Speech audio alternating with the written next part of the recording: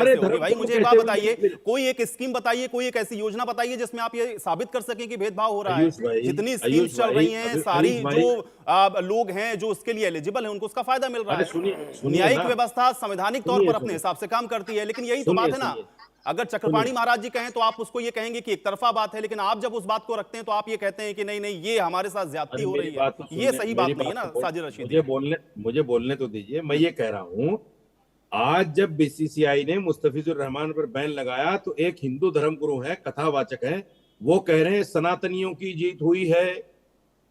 अब बताओ इसको क्या कहोगे आप? ये देश की जीत हुई है, सनातनों की जीत हुई है? नहीं नहीं, इस तरह के ये तो बयान तो देश की देखिए जीत दूसरी हुई है, तरफ से भी कह दिए जाते हैं ये ना। तो मैं कह देश रहा हूं की जीत सरकार हुई ने है। क्या इस तरह की कोई बात सनातनियों कही की है? अगर कहां से आप ये जीत हो कहते गई? हैं कि सरकार अरे सनातनी है, सुनिए मेरी लोग बात तो सुनिए। अपने हिसाब से कुछ जब भी बयान दे सकते हैं जब ना। जब धर्मगुरु तो ये बात जब कहेंगे, आपके यहाँ भी धर्मगुरु इसी तरह की कुछ बातें कहते हैं। अरे सुनो मेरे भाई, जब बाकायदा धर्म संसद लगाकर देखिए, दिल्ली के अंदर और हरिद्वार के अंदर धर्म गुरु, मैं चक्रपाणी महाराज को नहीं कह रहा हूं, जब धर्म गुरु ये कहें कि ये मलेच्छ हैं, विधर्मी हैं, इनसे कारोबार ना करो, इनसे लेन देन ना करो, इनको दुकान किराए पर ना दो, मकान किराए पर ना दो, रेडी पटरी वालों को पीटा जाता है, दाढ़ी पकड़कर वंदे मातरम कहलवाया जाता है, तो भाई आपको नजर नहीं आता क्या कि ये मुसलमानों के ठीक साथ है, जुल्म हो चक्रपाणी रहा है? महाराज जी जवाब देंगे, इसका जवाब दीजिए। आपने एक बार देखिए निंदा नहीं आयुष की। जी, ठीक है, एक आप मैं वरिष्ठ स्वामी जी से जवाब पत्रकार लेता हूं। हैं, चक्रपाणी आप महाराज खुद जी जवाब जानते देंगे। हैं। स्वामी चक्रपाणी और महाराज जी वो ये कह रहे हैं कि भाई जब आप ये कहेंगे कि आप अपनी आयुष जी, आप आइडेंटिटी एक बताओ, वरिष्ठ जब पत्रकार आप ये हैं, कहेंगे कि इनका नाम आप पता करो, जब आप ये कहेंगे कि इस तरह की गतिविधियों में आ जाओ, तो फिर भाई ये तो फिर उनको आप मौका दे रहे हैं साजिद रशीदी जी को ये बात कहने का कि भाई हमको दबाया जा रहा है। नहीं, देखिए आयुष जी, आप एक वरिष्ठ पत्रकार हैं, अच्छी तरह जानते हैं आज़ादी के बाद से जितनी भी सरकारें आई 2014 तक, सबने तो इफ्तार पार्टी खूब किया, टोपी लगा के हर चीज़ों में इफ्तार करते थे, इफ्तारी पार्टी करते थे। कभी हमने तो ये नहीं कहा कि भाई सबका देखो ये इस्लामिक सरकारें हैं, इस्लामिक नेता है, लेकिन आज कुछ समय के बाद एक ऐसी सरकारें आई हैं कि उन सबका सम्मान वो कर रहे हैं। हमारे मंदिर में भी जाके दंडवत हमारे देश के प्रधानमंत्री जी भी करते हैं, ईद को भी इनको बधाई देते हैं, तो इनको ये कह रहे हैं जी सनातनी सरकार है। अरे भाई थोड़ा सा तो वो रहम करिए। अगर कोई बहुत दिनों के बाद कोई एक गाना है ना, पल भर के लिए कोई मुझे प्यार कर ले झूठा ही सही, कोई आया कोई प्रेम करने वाले हिंदू का नाम ले रहा है तो आपको बस उसी पे परेशानी हो जा रही है, पेट में दर्द हो रहा है, जबकि सरकार की सभी योजनाओं का लाभ आप खुद ले रहे हैं। तो चक्रपाणी महाराज आप क्या ये मानते हैं कि साजिद रशीदी जी जानबूझ चाहिए। करके मुसलमानों को इस तरह की बातों को कह रहे हैं? आप ये मानते हैं क्या चक्रपाणी महाराज जी वो जानबूझ करके उकसाने का काम कर रहे हैं? नहीं, देखिए ऐसा है, साजिद रशीदी जी का मैं सम्मान करता हूं, लेकिन इन्होंने तो पिछली बार वोट भी बीजेपी को दिया था, तो ये भी बीजेपी के वोटर है। इन्होंने खुद सार्वजनिक आके बोला था कि हमने बीजेपी को, ये तो बड़ी आपका बात अधिकार है खुद साजिद रशीदी जी कह रहे हैं कि कह रहे हैं आप तो भाई बीजेपी को वोट दे रहे हैं, सनातनी सरकार को, फिर आप कह रहे हैं कि वो सरकार आपकी सुनती नहीं। साजिद रशीदी जी, आयुष भाई, किसी भी सरकार को वोट देने का मतलब ये थोड़ा ही कि उसके सामने सरेंडर कर जाओ, अपनी बात ना करो, अपने समाज की बात ना करो, मुद्दे ना उठाओ उसके सामने। नहीं, बात करो, तो जाओ तो भाई, सरकार, आप हिंदू हम तो मुस्लिम मत उठाएंगे। करिए ना, आप नहीं, हिंदू नहीं। मुस्लिम मत करिए, आप जाइए सरकार से स्वयं बात करिए। चक्रपाणी जी सुनिए तो सही, आपने अभी बोला, मैं भी बोल लूं कुछ, मुझे भी टाइम दे दो। मैं आप तो मुझे दबा रहे हैं, ऐसा मत करो मेरे भाई। सुनिए, देखिए सरकार ने अब हिंदू धर्मगुरुओं को इतनी छूट दे दी। विक्टिम गेम, देखिए विक्टिम गेम यहाँ भी खेलने लगे, हद हो गई। अच्छा बोलने तो दीजिए। सरकार ने हिंदू धर्मगुरुओं को इतनी छूट दे दी बोलिए बोलिए। कि एक बाबा निकलते हैं जिनकी अपनी कोई हैसियत नहीं थी अभी 2-4-5 साल पहले, वो निकलते हैं, वो कहते हैं ये देश सनातन, ये देश तो हिंदू राष्ट्र है, और बाकायदा वो जो है उसके लिए एक पदयात्रा निकालते हैं, और मोहन भागवत जी भी कहते हैं कि ये देश हिंदू राष्ट्र है, संविधान की प्रस्तावना में हिंदू राष्ट्र है। मैं एक बात कहना चाहता हूं, हिंदुस्तान के संविधान से इन लोगों को दिक्कत क्या है? ये क्यों नहीं कहते कि ये देश संविधानिक है, ये देश संविधान से चलता है? चक्रपाणी महाराज जी जवाब दीजिए। नेपाल को आपने देख लिया, चक्रपाणी श्रीलंका को महाराज जी, आपने देख लिया, और फिर भी आप वही हिंदू करना राष्ट्र की चाहते आप हो। लोग बात कहते हैं और फिर ये भी कहते हैं हाँ कि हम लोग जो है प्रताड़ित हैं, हमारे साथ गलत हो रहा है। चक्रपाणी महाराज जी, नहीं, गलत हो रहा है ये बोल रहे हैं। मौलाना साहब आप जरा बताइए, 15 अगस्त 1947 को देश आजाद हुआ, उसके एक दिन ठीक पहले यानी 14 अगस्त 1947 को इस देश के टुकड़े हो गए और इस आधार पे हो गए कि भाई हम आपके हिंदुओं के साथ नहीं रह सकते, हमारे खान पान पूजा पद्धति सब अलग है, और वो मुस्लिम राष्ट्र बन गया पाकिस्तान, तो क्या हिंदुओं के साथ अन्याय नहीं हुआ? क्या हिंदुस्तान को हिंदू राष्ट्र नहीं होना चाहिए था? तो एक तो हमारे साथ हमारे शरीर के टुकड़े कर दिए, और जब हिंदू अपना अधिकार मांगता है तो आप कहते हो कि जी हम सताए जा रहे हैं। कमाल की बात है। अरे भाई आप हिंदू राष्ट्र में ज्यादा सुरक्षित ये तो संवैधानिक बात नहीं हुई ना चक्रपाणी महाराज जी। भाई ये देश, अच्छा आप ये तय करिए चक्रपाणी महाराज जी कि भाई ये देश संविधान से चलेगा या फिर जो है आप ये कहते हैं कि भाई इसको हिंदू राष्ट्र हो जाना चाहिए, क्योंकि संविधान के अंदर तो ये माना गया है ना कि भाई ये देश धर्मनिरपेक्ष है। और जब आप इस तरह की बात कहते हैं तो फिर साजिद रशीदी जी की बात को आप फिर इंडोर्स करते हैं, वो यही तो कह रहे हैं साजिद रशीदी। हिंदू राष्ट्र आप समझिए आयुष जी, अरे हमारे हिंदू राष्ट्र में किसी को निकालने की बात नहीं हो रही है। ये गजवा हिंद नहीं बन रहा है कि जी हिंदुओं को खत्म कर देंगे, मुसलमानों को खत्म कर देंगे। यहाँ पे मुसलमानों को खदेड़ने और गाली देने और मारने की बात नहीं हो रही है, उनको देश से बाहर निकालने की। जो देश से प्रेम करता है वो रहेगा, लेकिन हिंदू राष्ट्र का मतलब ये है हमारी सनातन संस्कृति, हमारी भारतीय संस्कृति। चक्रपाणी महाराज जी कह रहे हैं कि भाई हम तो सबसे ज्यादा हम लोग ही प्रताड़ित हैं, धर्म के नाम पर देश अलग हो गया, उसके बाद अगर कोई हिंदू राष्ट्र की बात भी कहता है तो विक्टिम गेम खेलना। रशीदी जी मैं जवाब दे रहा हूं।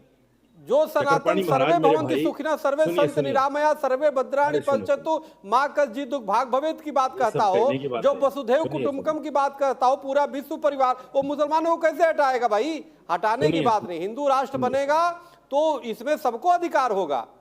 अच्छा सुन लीजिए, अब सुनिए, देखिए आयुष जी एक बात का फैसला आप कीजिए, आप पत्रकार हैं।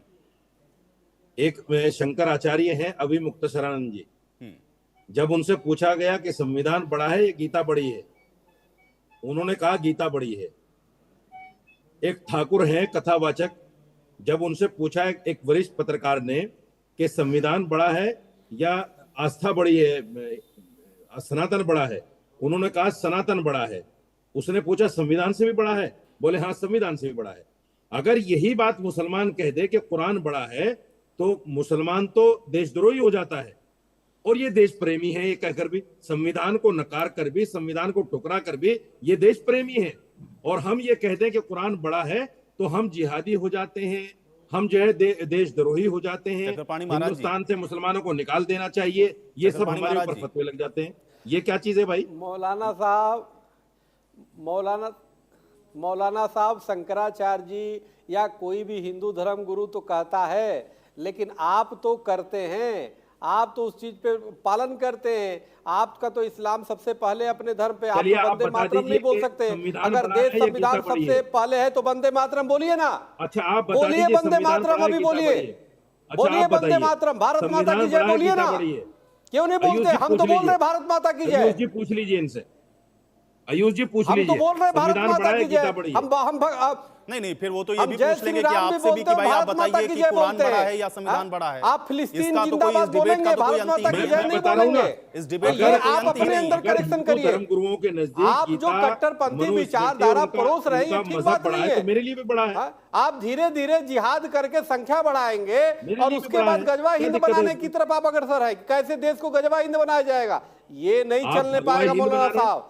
आपको आप एक तरफ संविधान के आड़ में आप जानबूझ करके देश विभाजन की तरफ आप लेके जा रहे हैं देश को। रशीदी जी भाई बड़ा आरोप लगा रहे हैं चक्रपाणी महाराज जी, ये कह रहे हैं कि आप तो विभाजन की ओर ले जाने वाले हैं। पाकिस्तान में हिंदुओं मौलाना साजिद रशीदी जी, चक्रपाणी महाराज कह रहे हैं कि ये बयान आपका देश को विभाजन की ओर लेकर के जाएगा। चक्रपाणी महाराज जी का कहना है। साजिद रशीदी जी देखिए इनका दर्द कैसे छलका उसको समझिएगा, ये समझने की बात है। इन्होंने कहा 1947 में 2 टुकड़े कर दिए गए तो ये देश हिंदू राष्ट्र होना चाहिए था, ये दर्द है इनका। आप मुझे बताइए, जिन मुसलमानों ने मुसलमान पाकिस्तान देश को कबूल किया वो चले गए, जिन्होंने उसको नकार दिया, लात मार दी, वो यहां रह गए।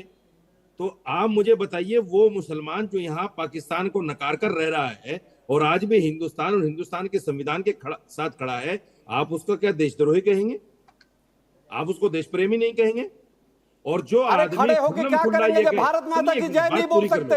आप भारत माता की जय और वंदे मातरम नहीं बोल सकते? पूरी कर लूं मैं ये तो अगर उस समय हम होते तो पहले भारत माता की जय बुलवाते, वंदे मातरम बुलाते, जो बोलता उसी को नागरिकता मिलती, नहीं तो पाकिस्तान जाए ना।